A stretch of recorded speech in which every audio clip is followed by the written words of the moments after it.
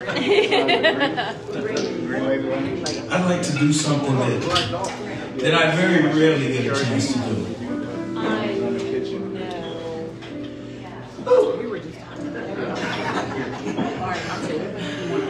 Tonight, and I'm so lucky because I was trying to think of, is there any way I can do something to celebrate Women's History Month? Because I don't pass the physical. Since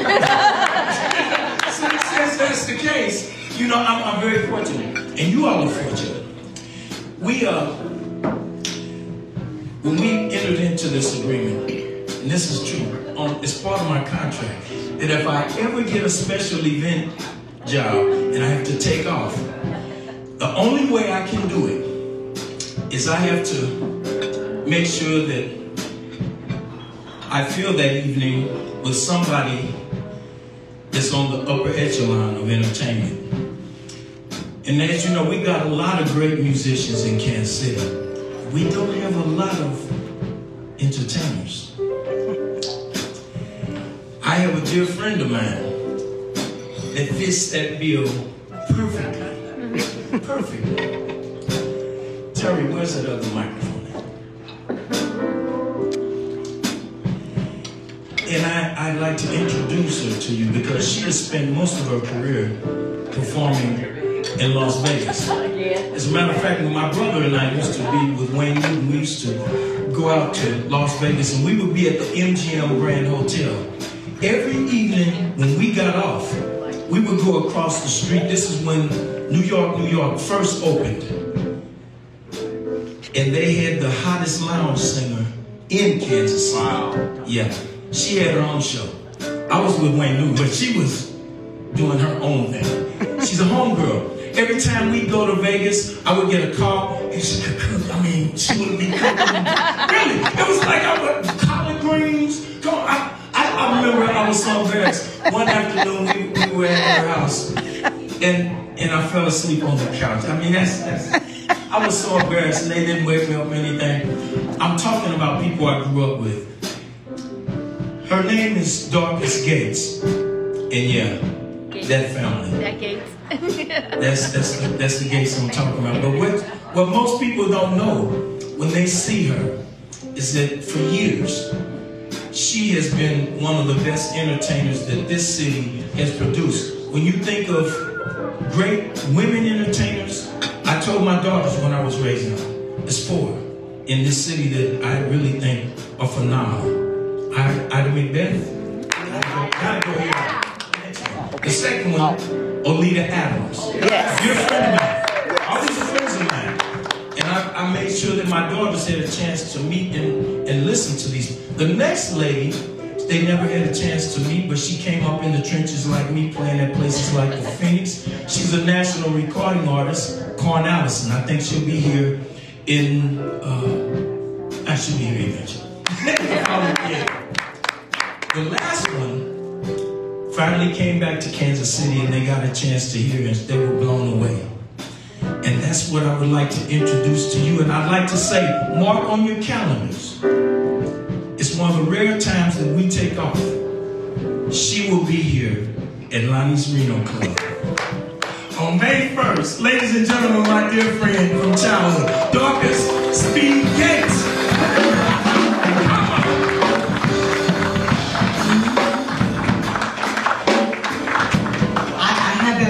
Thing going. Oh, I love it. Thank you, Lonnie. I have been sitting over here. I'm sure you guys have been like, what is she doing over there? Is she videotaping my... Yes. I like to show people all over the world the marvelous talent that we have right here in Kansas City. Yeah. So I do what is known as Darcus After Dark, live on Friday evening. Sometimes it's featuring myself.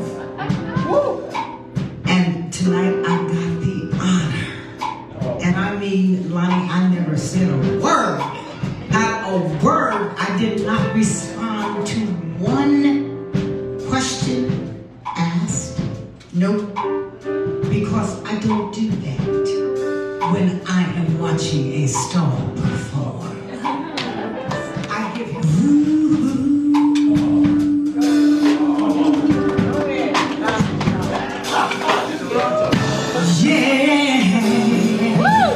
everybody's talking all this stuff about me. Why don't they just let me live? I don't need permission. I make my own decisions. So it's my prerogative. My funny Valentine, sweet and comic Valentine, you make me I smile with my heart. Your looks, they are laughable, so yes, unphotographable. Yet you're my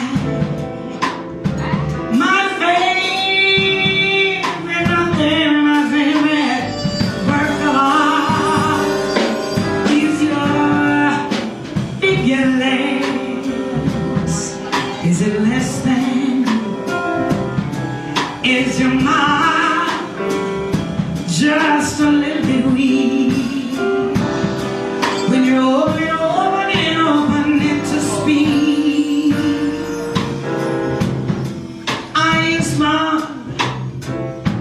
Are you smart? Don't you dare change your head. Not one strand for me. Not if you really care about me. Stay little Valentine. Stay with me, baby. Oh, each day it is Valentine's Day.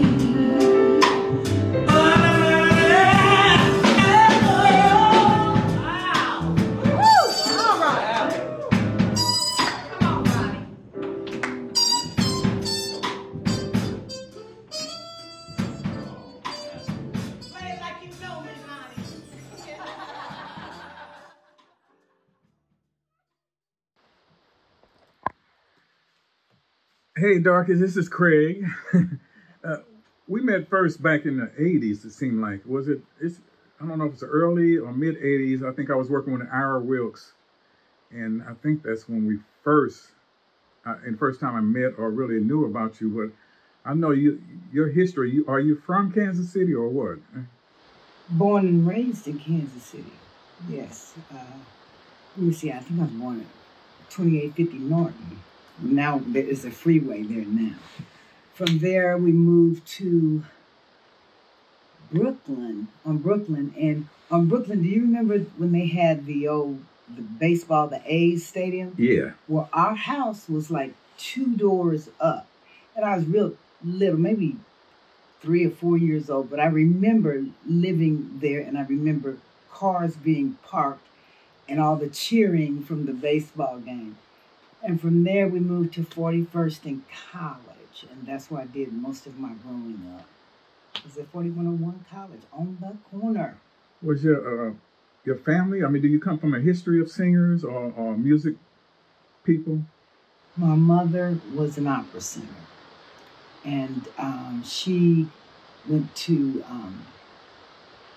Tyler, Texas at the time. I think it was just called, it wasn't Texas Southern, it was just Texas College, on a scholarship, believe it or not, from a little town in Louisiana, Homer, Louisiana. That's where she went to high school. And she got a scholarship to attend Texas College for her vocal talents, because she was a phenomenal songstress. So as a result, she stopped singing because at that time, back in the day, she had gone to Los Angeles to visit her father, and people came to her and they were saying, well, okay, we would like to take her career, get her into opera, and, you know, get it going stronger because she's wonderful. Well, her father, being from that era, just a few ancestors from slavery, in his mind, no. You're not going to take my 18, 19-year-old child out into this world, and I don't know what you're going to do to her or what's going to happen to her. He just wasn't, I'm not turning my daughter over to white folks. Okay, that was his mindset. So as a result, it put a shackle on everything that she had done. And her not knowing any better, from a country girl from deep back in the woods, said, okay, Daddy, you made the right decision. After that, she just stopped singing pretty much, unless it was in a church choir or something, but she gave it up. Was there any recordings out there or any music? No, I mean, that's so strange because I was reading the other day, somebody was saying, record your mama. I wish I had recorded my mother singing because she had this beautiful, beautiful voice. Was she what, alto, soprano? She was like she was a soprano. And as she got older, you know, with time, everything dropped. So just she became, like you? Yeah, like me. She became a mezzo-soprano. But it was a fabulous voice. What schools did you go to growing up here? Here in Kansas City, let me see. I started out at Sanford B. Ladd on Benton. From Sanford B. Ladd, I went to Greenwood because my grandmother lived on Askew, 30th and Askew. And I was fascinated with the fact that Greenwood had underground tunnels, and that was like a bomb back then. So I went to Greenwood, and from Greenwood, I went back to my mom's house, and at that time they had busing. That's when busing was just coming in. So I went to J.C. Nichols, and I was in the grade in 5th and 6th grade, which was a mixed class. You had one side that was 5th and one side that was 6th, but it was taught by one teacher. I will never forget this teacher because she was a black teacher teaching in an all-white school. And she would drive me. And I used to come home and say, Mom, Miss Hall, she just get on my nerves because she just pick on me all the time, Well, unbeknownst to me, I didn't put 2 and 2 together that back then, we pretty much all lived in a village. So you knew your mother knew your teacher. Right. You know, your dad knew your teacher's husband. You all went to the same churches. You all shopped at the same stores. And I was like, she's just riding me. My mom saw her somewhere and said, my daughter thinks you were riding her. She said, that's good. She said, because I ride her because she has potential. And she's got to do better than the kids in the classroom in order to succeed. Because a lot of them have their life already paved out for them. Your daughter got to chisel her way in this world. And I still didn't get it as a kid. Yeah, chisel what? You know, but I'm so grateful that she did that. Yeah. And high school you went to? I went to Central. Yeah. Did I ask the middle school, or that was one? Middle school was King. Okay. Because it was 2 doors down from my house. I mean, down the corner around to the bowling alley and on Indiana, there was King. And I went the first year it was built, and that was a school, you know, didn't have no windows. So were you singing during these times? Yes, I was. Were you doing talent shows or anything like that? No, what I did was I really knew as a little girl that this is what I was supposed to do. In spite of what somebody else would say, singing was not something that I knew how to do. Singing was something that was me. It was just embedded in me, in my spirit, in my heart, in my mind. It was all about singing and entertaining. It was so important to me. And I got into a choir in the 7th grade, and the teacher's name was Ronetta Corsi. And she's here now in Kansas City, but she's Ronetta Buford. But Miss Corsi, she saw in me something as well as my brother. I have a brother that used to be a wonderful singer. He had this tenor, and back then, I don't know that he didn't get it, that it was okay to have a high voice. Because he was like, I don't know if I really want to sing. I said, shut that, get that bass out your voice. That ain't really you. And she gave him White Christmas to sing. And I think she gave me something else. But I was mad because White Christmas had this little interlude. The sun is shining, the grass is green. Mm-hmm. The orange and palm trees sway. I didn't get that. Mm-hmm. I just got maybe, I'm dreaming of a white... No. Yeah, that one was White Christmas. And I had something else. But it wasn't that song that I wanted to sing. So it was beautiful. I was so jealous because she gave it to him and not me. Because I knew I was going to do something with it and he was not. But that's all right. I still love her because she saw in me what others didn't see, perhaps. I missed in the introduction for you to say your name and, you know. I am Darcus Speed Gates. A lot of people in the industry know me as Darcus Speed because I spent so many years in Las Vegas. Is that the family name? Uh-huh. Okay. Uh-huh. And I married George Gates. Okay, of the barbecue Of the people. Gates Barbecue. Okay. One of the misses in Gates Barbecue. All right. Which is here in Kansas City, world famous. And very successful. 76 years. You can't argue with that. They're doing something right. Yeah. Yes. One, if not the best of. It is the best. Let's not get it twisted. It is the best. Yeah. Okay. Graduating from high school. Okay. When did you start getting into being professional, I guess, or doing it on a professional level, I should say? Okay. I left Kansas City at 15 years on my senior year. Oh, okay. And I moved to Los Angeles and lived with my aunt, who was a widow. Her husband had died, and she had absolutely no children. And she and my mom grew up like sisters. So I went out there to live with her and started school at Crenshaw High School. And they had a choir there. Now, mind you, it's really tough when you don't grow up with the kids. You know, those kids in my senior class there, they started grade school, middle school, high school together. So they're all friends. Here I am, an outsider coming in, and all I bring to the table is singing. Because I was not, to be honest with you, I was not easy on the eye back then, to me, because I only weighed about 90 pounds. Not real cute, but I knew I was gifted in some form. So they had a choir, and I got into the choir. And in that choir in Los Angeles, they had singers, I mean, that would blow your mind. Patrice Rusher. I mean, they had some singers, they had musicians, and it was serious within. Here in Kansas City, it was a choir. It was a band.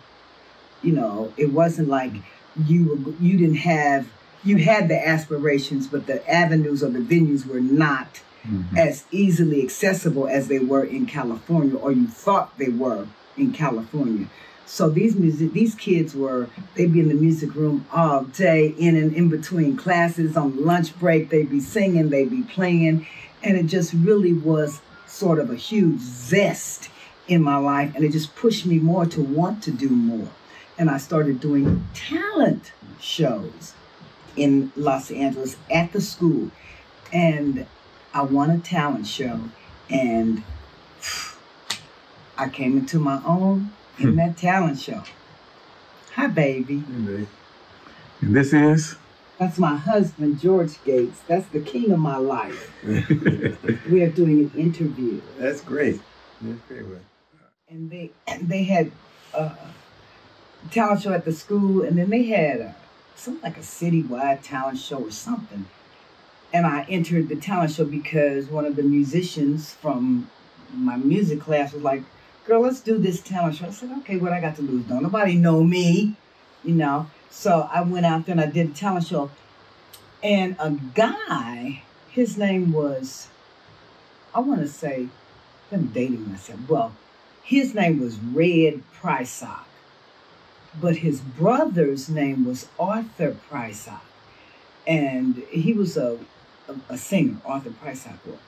And so this guy came to me and he was asking me if this was something I wanted to do. And I was like, yeah, sure. So he said, well, I'd like to work with you, help you, get a record deal and all this, that, and the other. And I'm like, okay, now mind you, I'm 18 years old, 17, 18 years old. And I said, well, you got to meet my aunt. And so he met my aunt. My aunt was like, I don't know this guy, but okay. But my aunt was a shrewd businesswoman.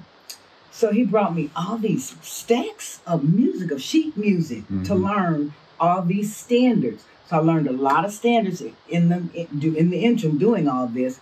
But he would say, well, we're going to get together and I'm going to play and you're going to sing.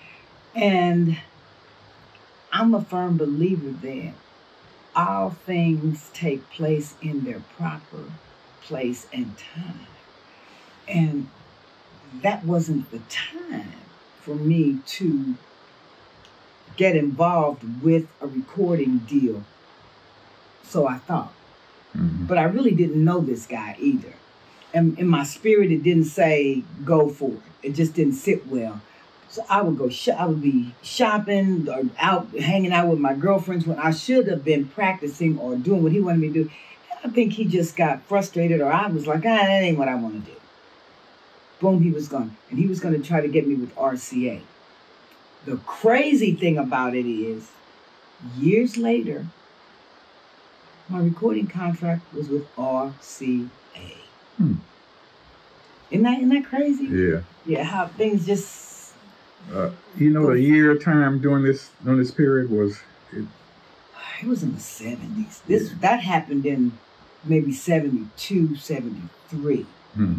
Because I got the contract with RCA like 77, 8 or something like that. Yeah. But in the interim, I did, I wasn't singing a lot around in Los Angeles in clubs. I did churches. I did Operation Breadbasket because that's what my friends did.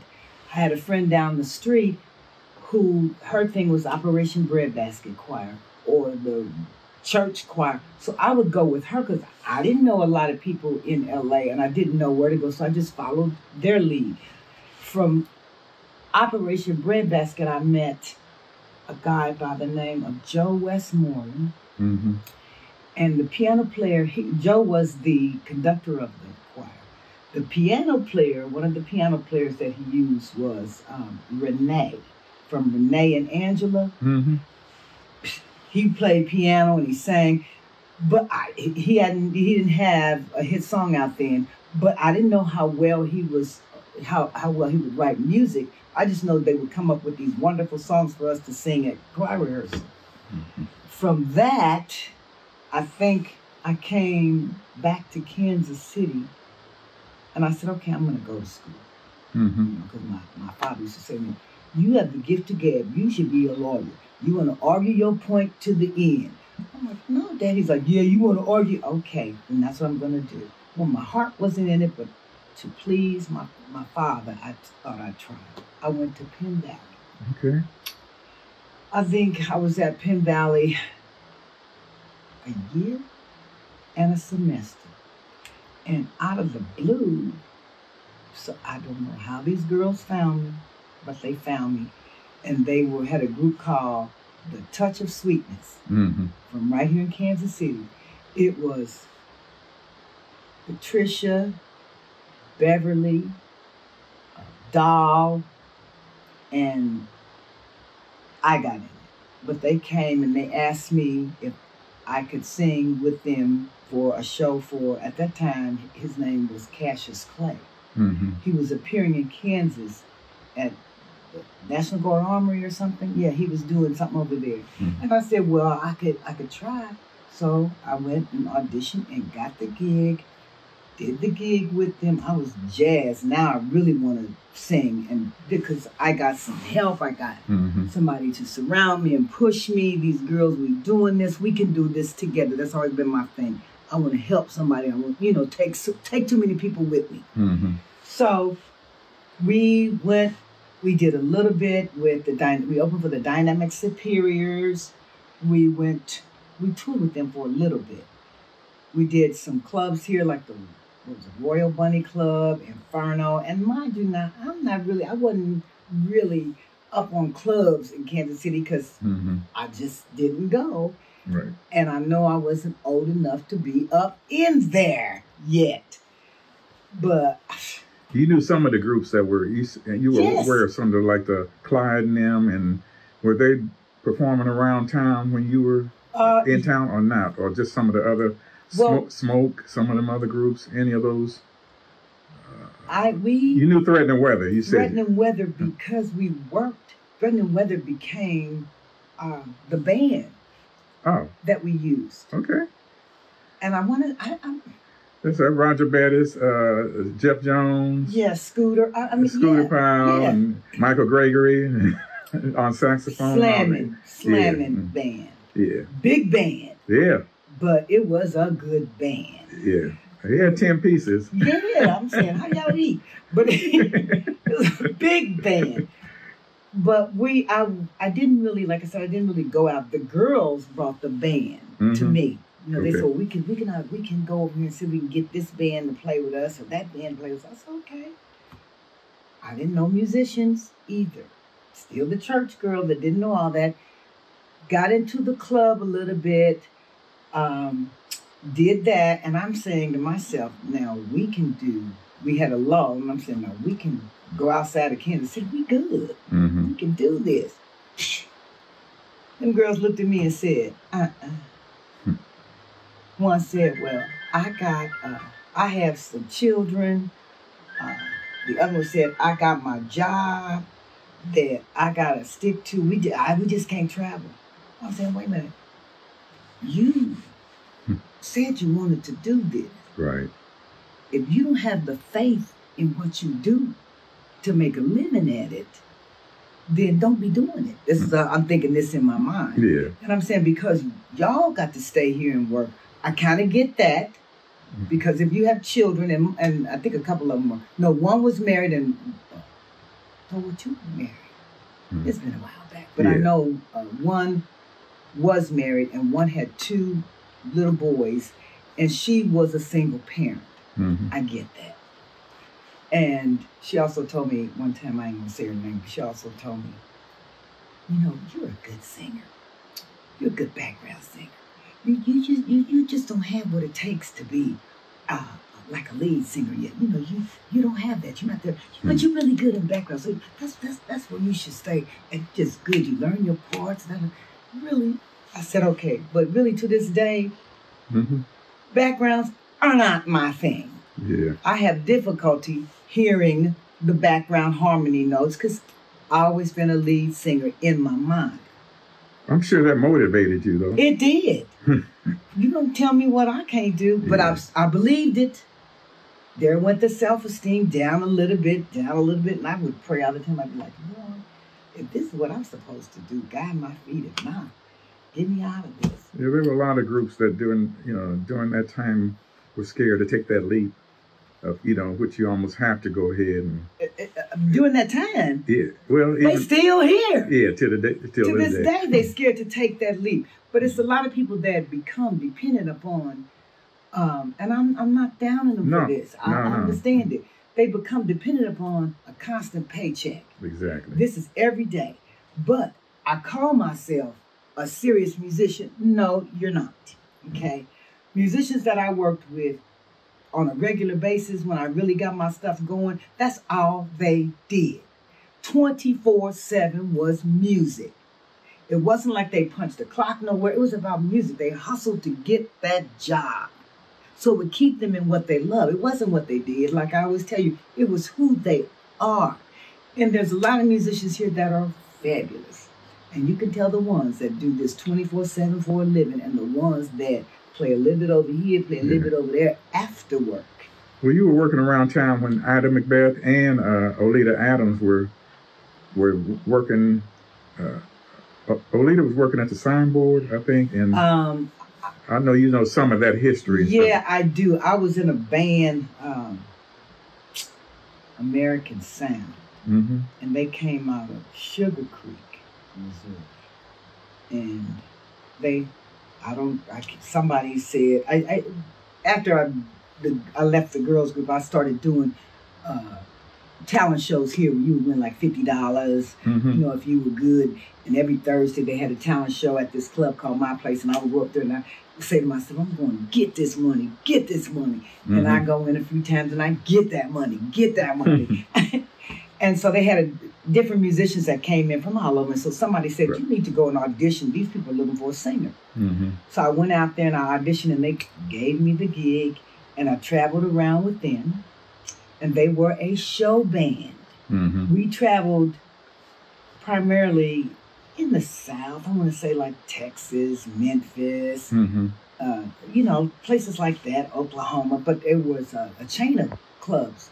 One was called, they were called Bob Lily's place across the street, or Bob Lily's other place. And they were beautiful inside, gorgeous. Now, mind you, I'm the only black in the band. And we traveled all around. And so I had to go back to Miss Hall telling me, you got to work extra hard to get the respect and to be good and better. So that's exactly what I did. Now, the first time we went around the circuit, I was with the band. The second time we went around the circuit, I had no idea the band was working because of me. I didn't know. I just didn't know how good I was. Because I still don't, to this day, I don't know how good I am. It's just what I do. It's who I am. But I later found out, if she don't go, you don't go. How about that? That's what it came down to. And I didn't know that at the time, but I found out later from that. So when we moved back to Kansas City, they bought a club out in Independence. And they wanted to work in the club. I said, okay, this is good. I can be at home with my family. Well, you know, people get tired of seeing the same people over and over and every week. You got to change it in and out. And that's what made me learn about the industry. You can't just sit there and stay there all the time. There were show bands here. There were different agents like Gary Mack, Curtis Pickering, which both of them were musicians in the beginning. And that's when I met them, was when they were musicians. But on the side, they were agents. And when the group, the American Sound, took a break and said, okay, we're going to bring in some different acts, you know, and we're just going to take a couple weeks off of this. And, you know, I'm like, okay. They brought in this group, this guy, his name was Eddie Haddad. He was a show band. He was really good. And he had, I think he was Lebanese or something, but he had one guy in the band, black guy, Rick Jones. And Rick Jones is smooth bass player from LA. So he and I got to be friends. And he said, you know, I'm keeping in touch with you, girl, because you can really sing. I'm like, yeah, okay, whatever. So at that time, when they did their little show, and the guys decided to just keep doing different show bands, so I had to figure out something else to do in the meantime. I went around to different places trying to get a little gig, trying to contact this agent or that agent. Then I heard about the signboard opening up. I went down to Crown Center to see Curtis Pickering because he was the booking agent at that time. And this is exactly what he said to me. He said, Darcus, I would love to book you in the signboard. He said, you would do phenomenal business. He said, but it's just one holdback. I said, what is that? I'm signing. He said, no. Kansas City ain't going to support you. I said, what are you talking about? This is my hometown. You know, let the word get out. We can build it up. He said, no, you live here. That's the difference. Right. We are bringing in a young lady from Washington. Now, I can't remember exactly where she's from, but he said, we are bringing in a young lady from Washington. He said, matter of fact, you guys look quite a bit alike. He said, she just is cute. She plays piano, sings, big old smile. She's entertained. She's wonderful. You would love her. But Kansas City will support her because she doesn't live here. I said, okay. Okay. I ain't mad. Okay. Yeah. I went to see Olita Adams. I sat in the back of the room. She came out and she had a little fro. She was dressed in a gown. She had this big, beautiful smile. Right. And what really tickled my fancy was she took some phone books and sat them on the stool, the piano bench, and she sat on that bench just as cute and played. And when she opened her mouth to sing, I said, hallelujah. Go girl. I could see why she was brought here. She was wonderful. Mm-hmm. So she and I became friends from that, because in my heart, trust me, I have no jealousy, no malice for anybody that does this in the industry, because it ain't easy. I have the utmost respect for her. I'd invite her over to my house. We had my mama's fried chicken, because I knew she hadn't had no fried chicken, because I think she lived in a hotel at that time. But we just became good friends, and my spirit led me back to LA on a phone call from the guy, Rick Jones, that I met out at Sugar Creek in the band. The Eddie had that band. He said, Darcus, you got to come to California. I work for a guy by the name of Leon Haywood. You know, I want to do something freaky to you. Right. I said, Leon Haywood? He said, yeah. He's looking for a background singer. I said, okay. So I left here in the car with a friend of mine who played guitar, driving to LA, went in, got the gig. You know the time period? 70. Late 70s? Yeah, late 70s. Yeah. I got the gig, and I was in the band maybe a month, and Leon brings in these two guys, Clancy Grass and Danny, as well as I know Danny's name, Kessler. My mind. You're better Kessler. You're better than me. And once upon a time, Danny Kessler managed Gladys Knight. He also, but it was Kessler and Grass, but they also managed Johnny Guitar Watson. They managed Leon Haywood. They managed Etta James. They had Taj Mahal. To their roster, they had Darcus.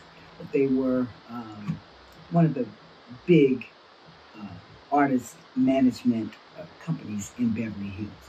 And I became a part of their roster. Okay. I was on the label maybe 3 weeks. And they brought in some people from RCA to see me. And I got a recording contract with RCA. All right. Yeah. And I was produced by a gentleman by the name of Richard Rome, who is now deceased, God rest his soul, of the Ritchie family. And he was a major conductor. And if you ever hear my album, I'll show it to you upstairs, but you could hear that it was strings and horns. I mean, not synthesized. When I walked into the studio, it was filled with an orchestra of strings or horn, brass. It was wonderful, but the root of it was it was Lee Ritenour, James Gatson, James Jemerson, bass. I mean, I think that was the root of the heart of my album. And I gotten a couple of songs from James Ingram, because James Ingram was also in Leon Haywood's band. And it was some good writers and singers that came out of Leon Haywood's band. I got They're all famous, I know, and famous. Legends actually at this point. Yep, they were.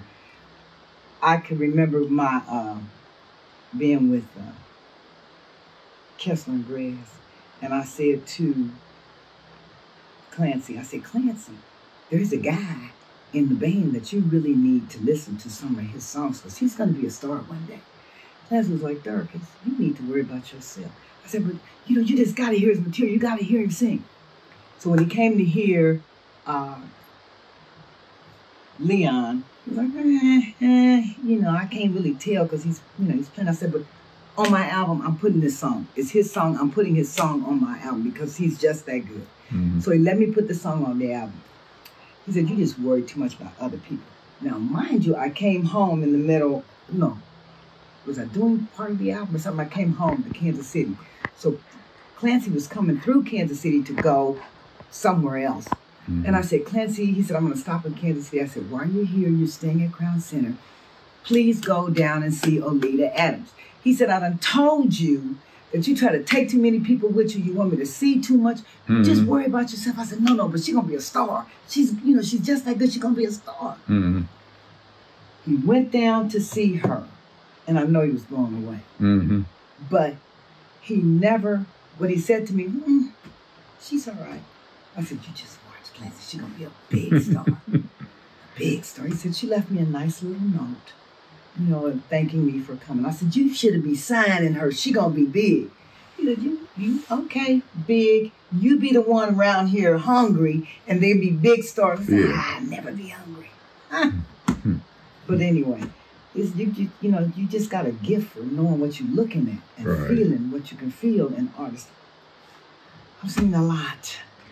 All right, from that point on, what took you to Vegas? I lived here in Kansas City and working out in Independence, working in Sugar Creek, whatever. I got an apartment and had a 3-bedroom apartment. And there was a girl from the Philippines who used to come to the club all the time. And she and I became really good friends. She dressed real nice. She was so sweet all the time. She loved what I did, loved my singing, my personality. We just became really good friends. Nita. And so she moved in. It was myself, the drummer, Billy Organ. We rented this apartment, and he said, well, you can have the master bedroom. I was like, well, thank you. So we stayed there, and Nita moved to Las Vegas. And we still kept in contact over the years. And I went back to LA to do this album, and I did the album. The album came out, and soon as my album hit the streets, a man by the name of Elvis Presley died. Now, I'm on RCA coming up. Elvis is Elvis. Who do you think they pushing? Elvis. So I kind of got lost in the shuffle. So then it was, let's do album number 2. They brought in a guy by the name of Bob Monaco from Chicago. Bob Monaco, let him tell it, discovered Rufus and Shaka Khan. And he had produced some songs on them. And he did a song that he produced on Shaka called Keep It Coming. That was going to be the next single off the second new album. I went into the studio, I worked hard on doing this tune. And then I found out some little shady stuff was going on with my contracts.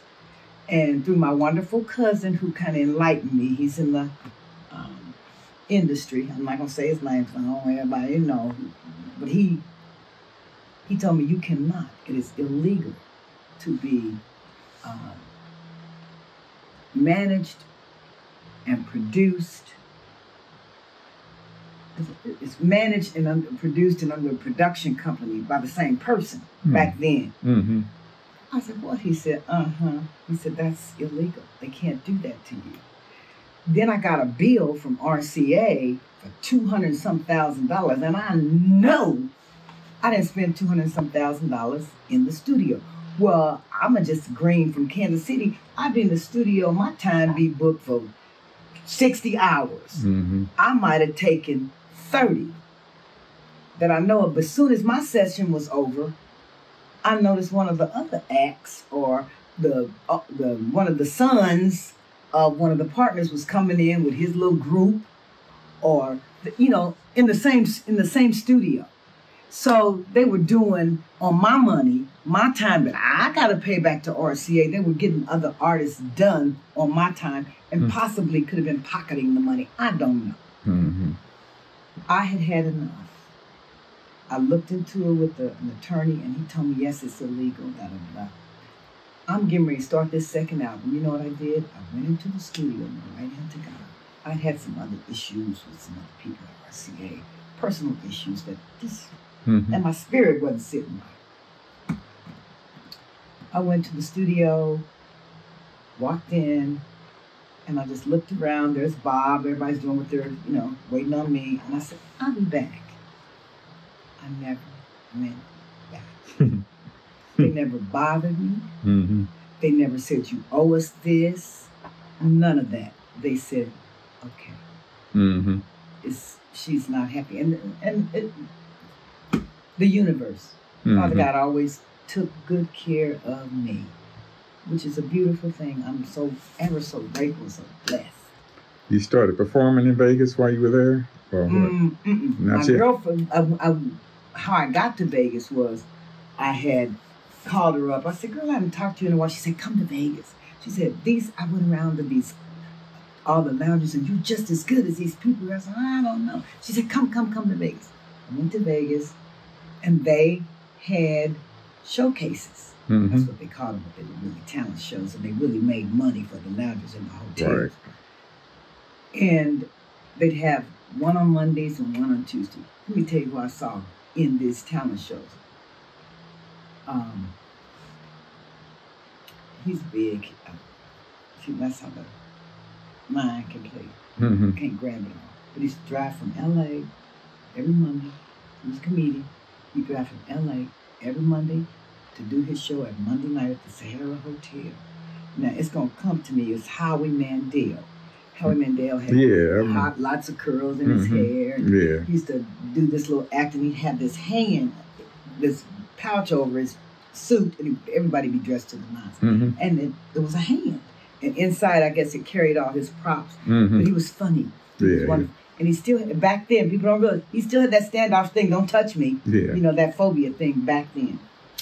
And he, if you won on Mondays, somebody would ask you to sing at the Aladdin on Tuesdays, where on Tuesdays you probably got that big $50. Mm-hmm. I did that a lot.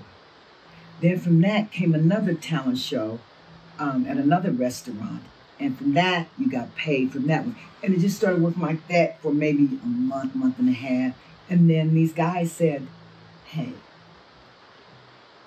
I want to offer you a job. I said, you do? They said, yeah. I said, okay. In my band. Now, mind you, this is on the Strip. I had never been to the West Side until my husband took me. And that's years and years and years and years and years and years and years later. Mm-hmm. I knew where the Moulin Rouge was, but I had never really been over because I worked all the time. Yeah.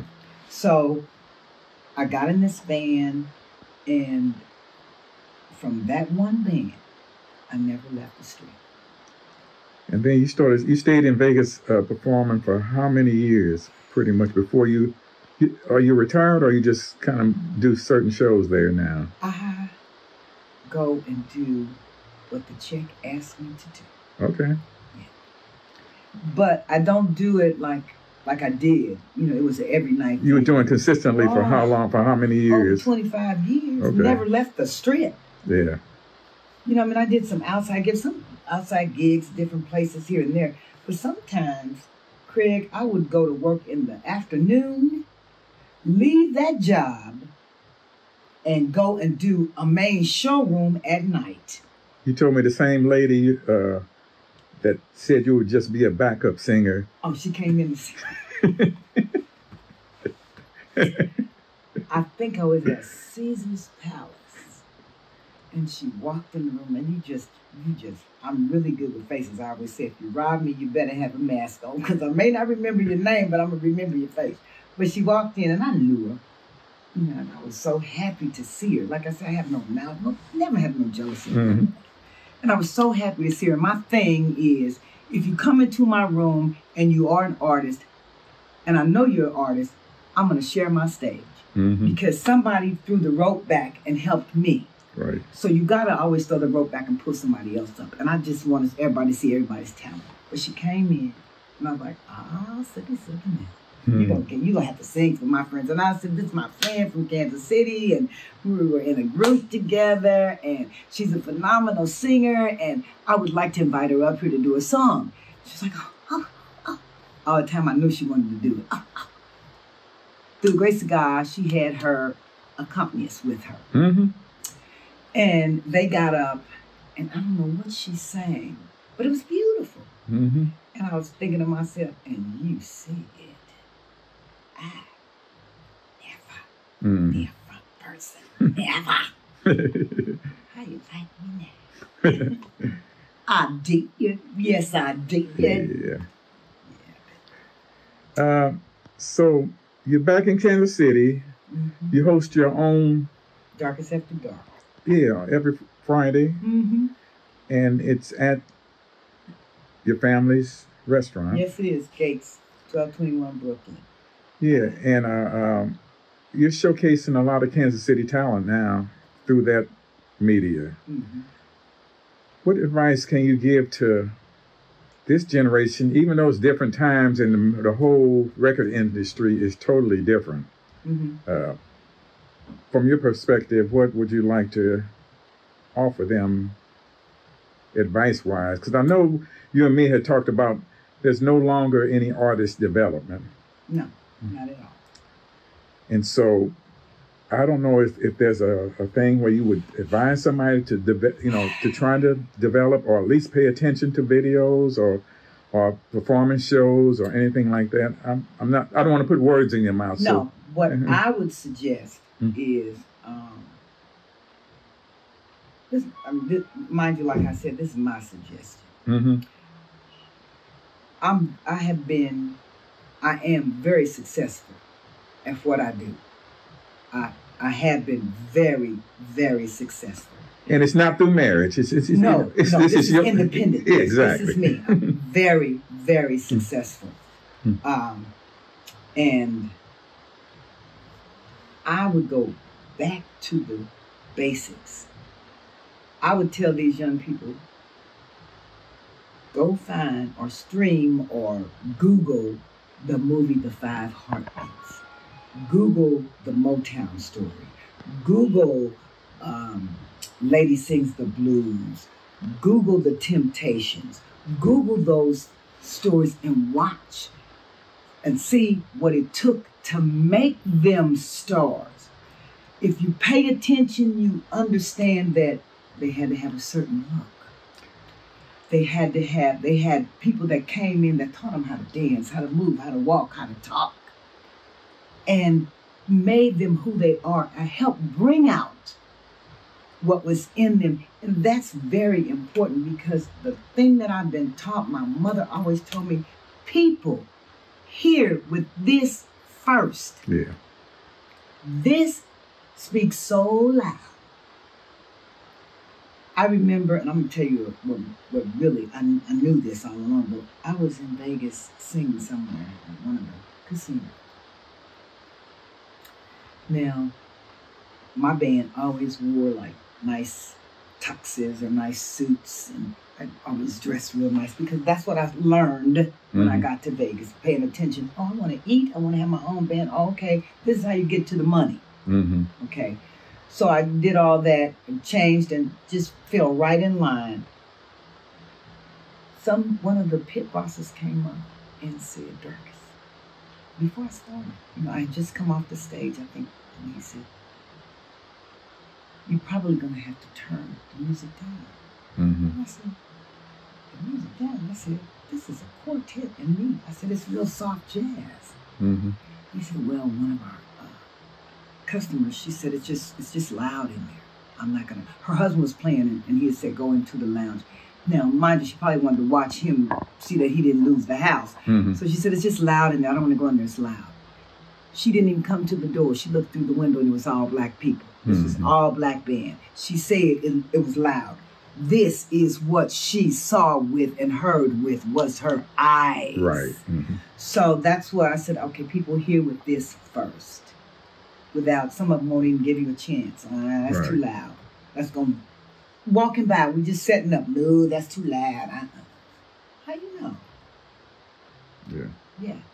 And you and me, we also talked about who the artists aren't going back listening at the Nancy Wilsons and the. No. I mean, even if you come up today, they're not listening to Rochelle Farrell. No, and, they don't even know nothing about Rochelle Farrell. But you need to almost, I know even in jazz, they always tell you need to go back to listening to Charlie Parker's and the people who started it, to understand your history. And who's trying to, who was Beyonce listening to?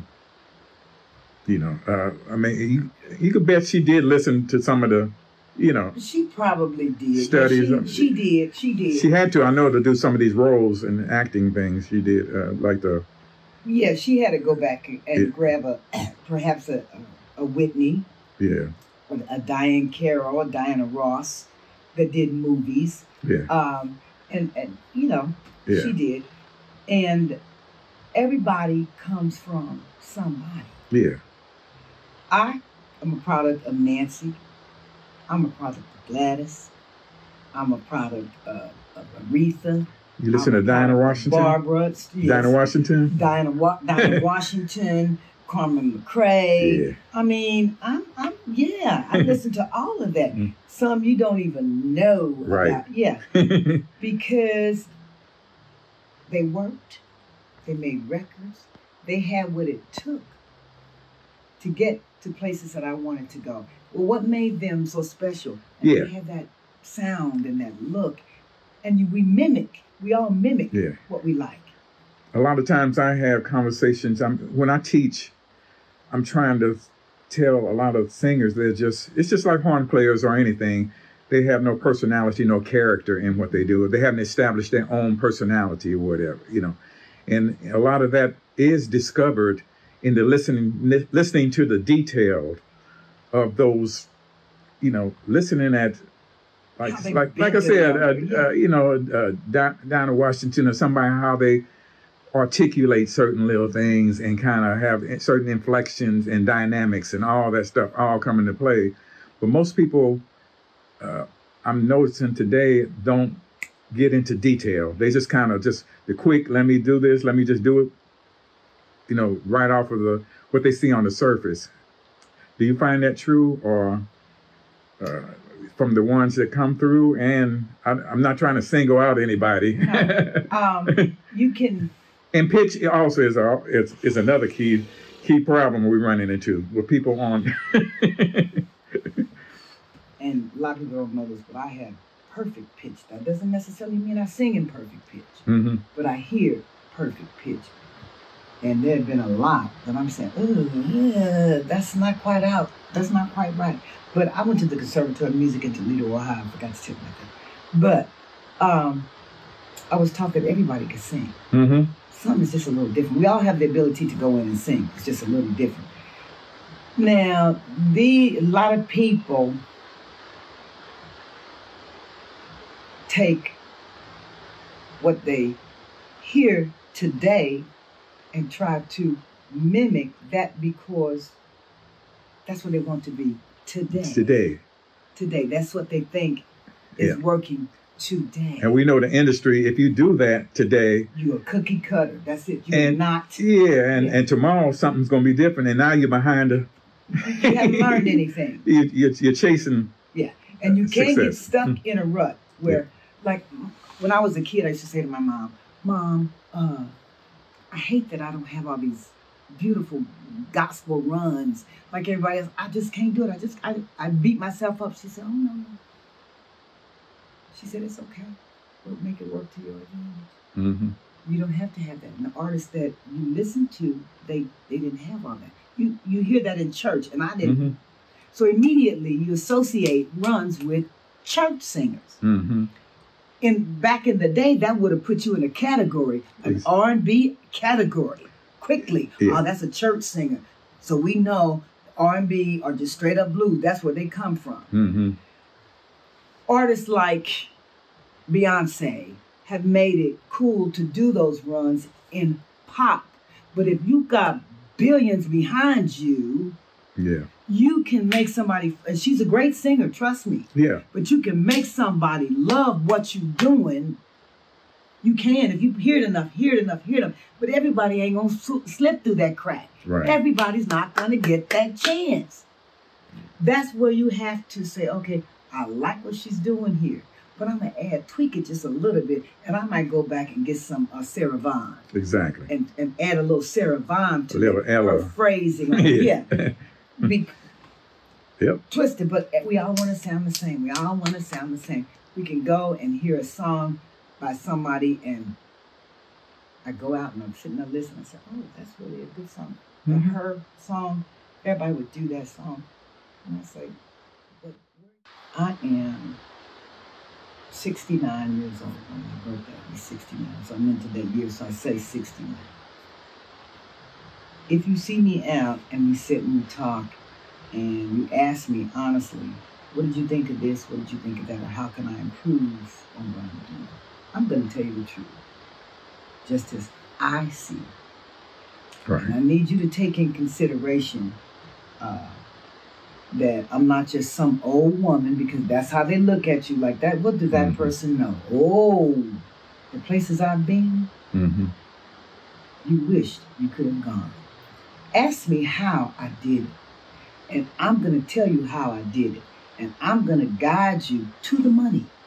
I'm going to guide you to success. Nothing has changed in the music industry. It's just the verbiage that has changed. It's still the same. All of it is. The looks are just a little bit different, but those that dress a little bit sharper, they get a little more money. Those that just come out like they just came out off their day job, they got day job money, don't they? You gotta change a lot of things. You gotta go back and say, what made it all happen? Sit down and get some knowledge, some wisdom from somebody that's been here before you, and ask them. And when they tell you something, don't discount what they say, because they know what they're talking about. It's like if you teaching somebody some music, Craig, and they say, well, that ain't right. Yes, it is. You just don't know it to be right, but try it. Don't just say, well, he doesn't know what he or she doesn't know what they're talking about. We really, really do. I've always said that most people, I used to say that everybody has something that have lived, to say and stuff. Yeah. But as a person, you just kind of filter it out and see, how does this apply to me? But I've had a couple of stupid people say some stupid things right afterwards, and I was like, okay, don't listen to him. I was wrong. I'm sorry.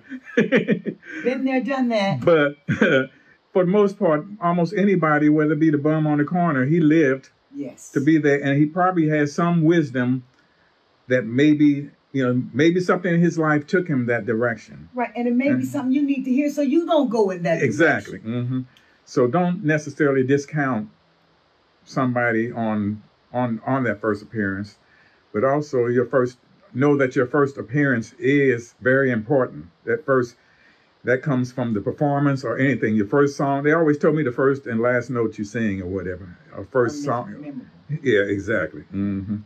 So it's kind of that same thing, you as a person, And you got to know your craft. You got to study your craft. And in doing so, study the history. You and me both have met people, and they came off real salty when you introduce yourself. And they don't know who you are, where you came from, or anything. Because you do the same thing that they do. Yeah. You say, well, I'm a singer. I've met somebody say, well, I'm a singer, and I really admire you. Oh, okay. But girl, I'm telling you, I'm a singer. I'm not trying to toot my own horn. But if you really want the truth, boo, you wish you traveled the roads that I traveled. You really do. But I don't like that when you get out of that mode. When you humble yourself, exactly. You get more. Yeah. There's nothing wrong with being confident about yourself. No, but don't just be. Somebody says, I'm a singer. They're not after your job. There's nothing wrong with being a diva, and as long as you don't overdo it and look down on anybody, really, I should say. And it's a lot of jealousy, and maybe they feel like you're going to take something from them, or you're out to get their job. No, you're only as good as you're going to be, right? And they're only as good as they're going to be. If you're that scared, you need to stay in your house. As soon as you step outside on the corner, it's somebody better. Exactly. And that's what you got to keep in your mind, is always somebody better. then you might be different. And that might make them better. You know how good you are. It doesn't necessarily mean they're better. They're just more appealing to this person than your style is. But you don't be like, yeah, okay, she says she was a singer. I wonder if she could sing. Now check that bank account. I'm going to tell you. How do you want to be remembered? As Darcus, who has absolutely no regrets about anything I've done on this journey. Not at all. It has been absolutely wonderful. If I had to do it all again, trust me, I would do everything the same way, because all those things made me the woman that I am today. People say, Darcus, didn't you want to be a big star? Well, what constitutes a star? Yeah. I have sang for people all over the world. I have traveled. I have made oodles of money. I live good. Yeah. I mean, people that know me, and if they don't know me, I'm okay with that. Yeah. I get to sing what I want to sing when I want to sing. I sing on Friday nights, or if I don't want to sing, I don't sing. If I bring in some time, it's what I want to do. And I always want somebody to say, she gave me a chance.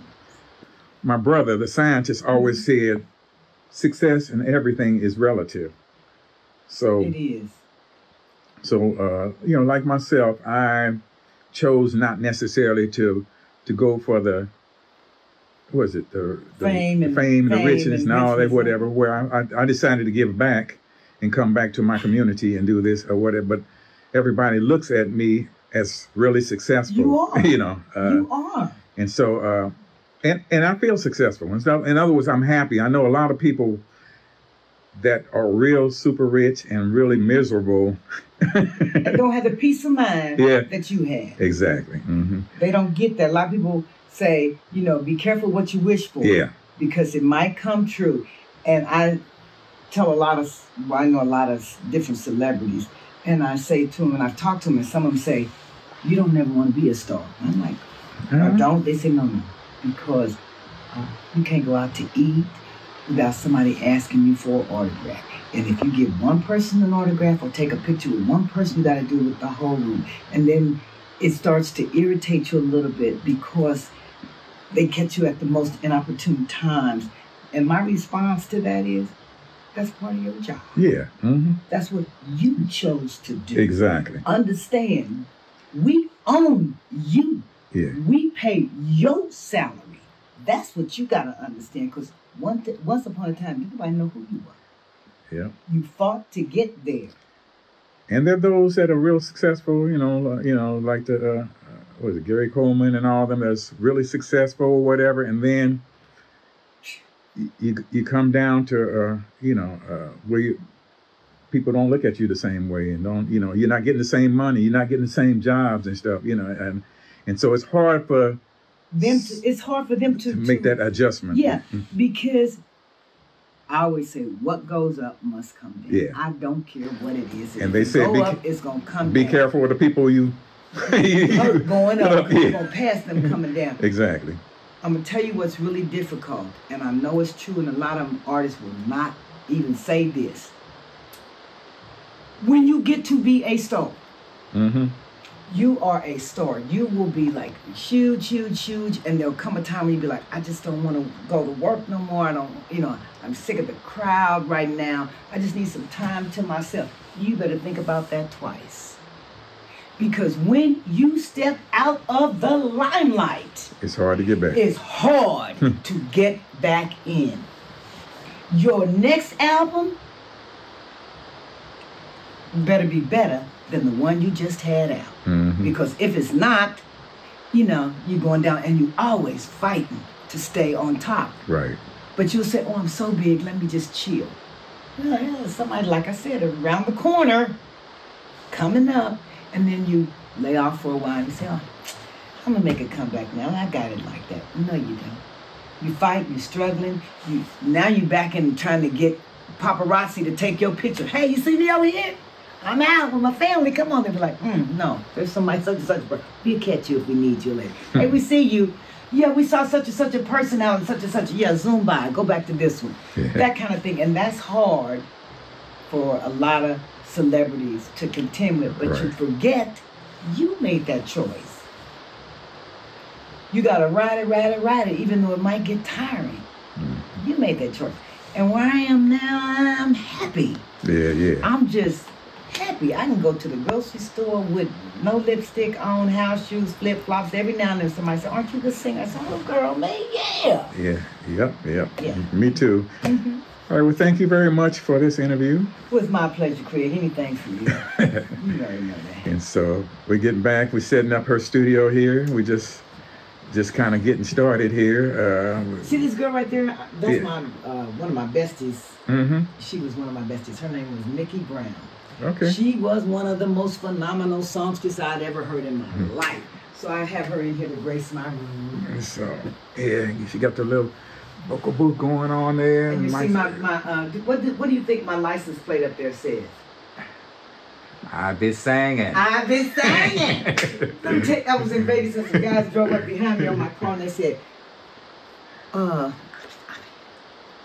That's Ebonics. I mean, what is that?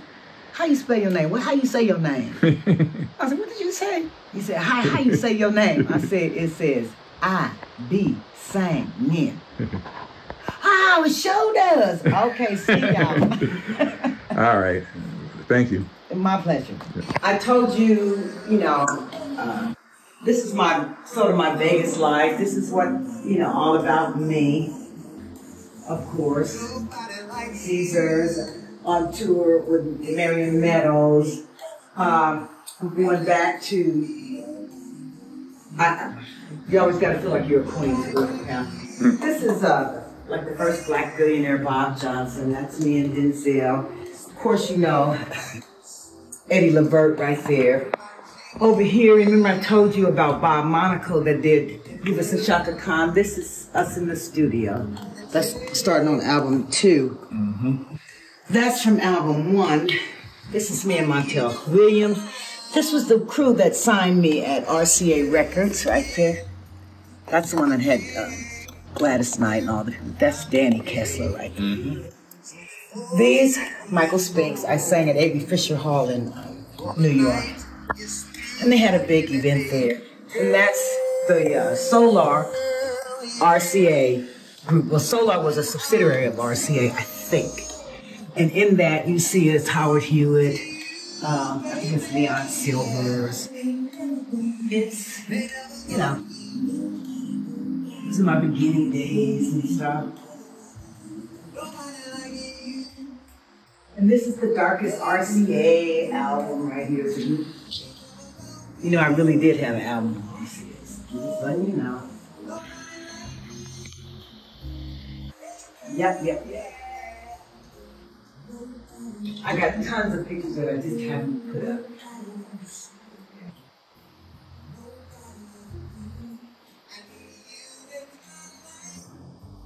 And this is what I tell people all the time.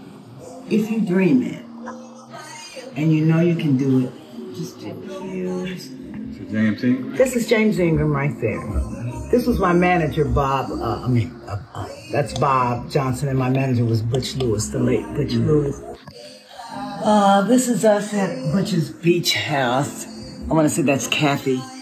I just told you her name. She owned TV One. Mm-hmm. Yeah. And Kathy and Debbie Ingram and James Ingram. It's Debbie right there.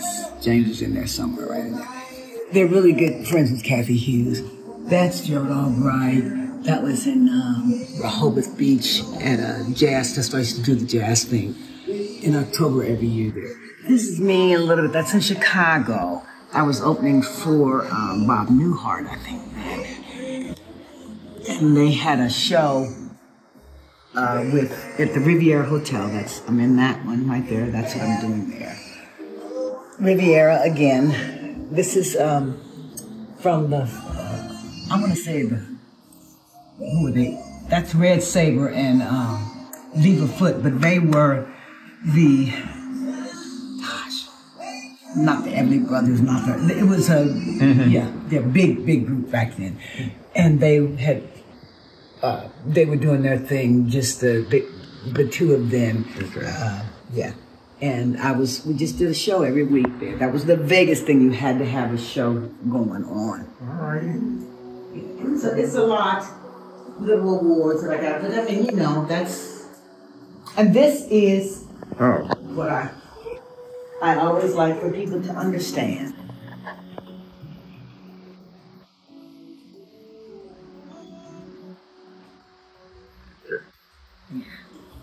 Music is not what I do, it's who I am. All right. Your book you just wrote. Yes. Everybody's got an Uncle Gibby, don't you? Yes, you do. You got an Uncle Gibby, you got a friend, you got a neighbor, you got a cousin, you got somebody like this person in this character right here. So, all right. Congratulations. Thank you.